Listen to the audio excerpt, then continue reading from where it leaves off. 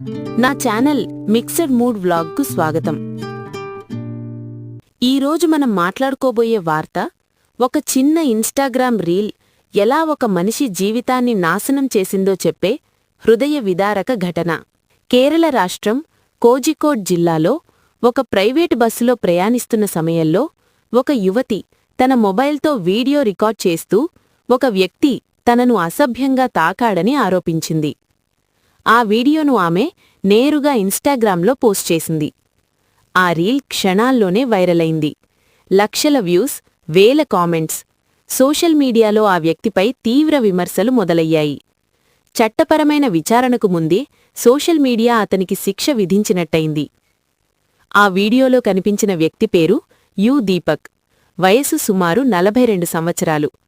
Video viral అయిన తర్వాత అతను తీవ్ర మానసిక ఒత్తిడికి గురయ్యాడని అతని కుటుంబ సభ్యులు చెబుతున్నారు. వైరల్ వీడియో తర్వాత కొన్ని రోజులకే దీపక్ తన ఇంట్లో మృతి చెందాడు. పోలీసుల ప్రాథమిక నివేదికల ప్రకారం అతను ఆత్మహత్య చేసుకున్నట్టు అనుమానం. సోషల్ మీడియా ట్రోలింగ్, పరువు నష్టం, మానసిక ఒత్తిడే దీనికి కారణమని కుటుంబం ఆరోపిస్తోంది. ఈ ఘటనపై పోలీసులు కేసు నమోదు చేశారు. వీడియో పోస్ట్ చేసిన మహిరపై ఆత్మహత్యకు ప్రేరేపించడంపై చట్టపరమైన విచారణ ప్రారంభమైంది. బస్సులోని సీసీటీవీ ఫుటేజ్ని పరిశీలించగా ఆరోపణలకు సంబంధించిన స్పష్టమైన ఆధారాలు కనిపించలేదని సమాచారం. ఈ ఘటన దేశవ్యాప్తంగా పెద్ద చర్చకు దారితీసింది. అయితే ఈ ఘటనపై దేశవ్యాప్తంగా పెద్ద చర్చకు దారితీసింది. సోషల్ మీడియాలో ఆరోపణలు చేయడం సరైనదేనా?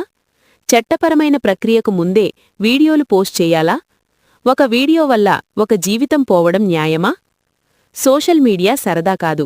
ఒక రీల్, ఒక పోస్ట్ ఒకరి జీవితాన్ని పూర్తిగా మార్చేయగలదు.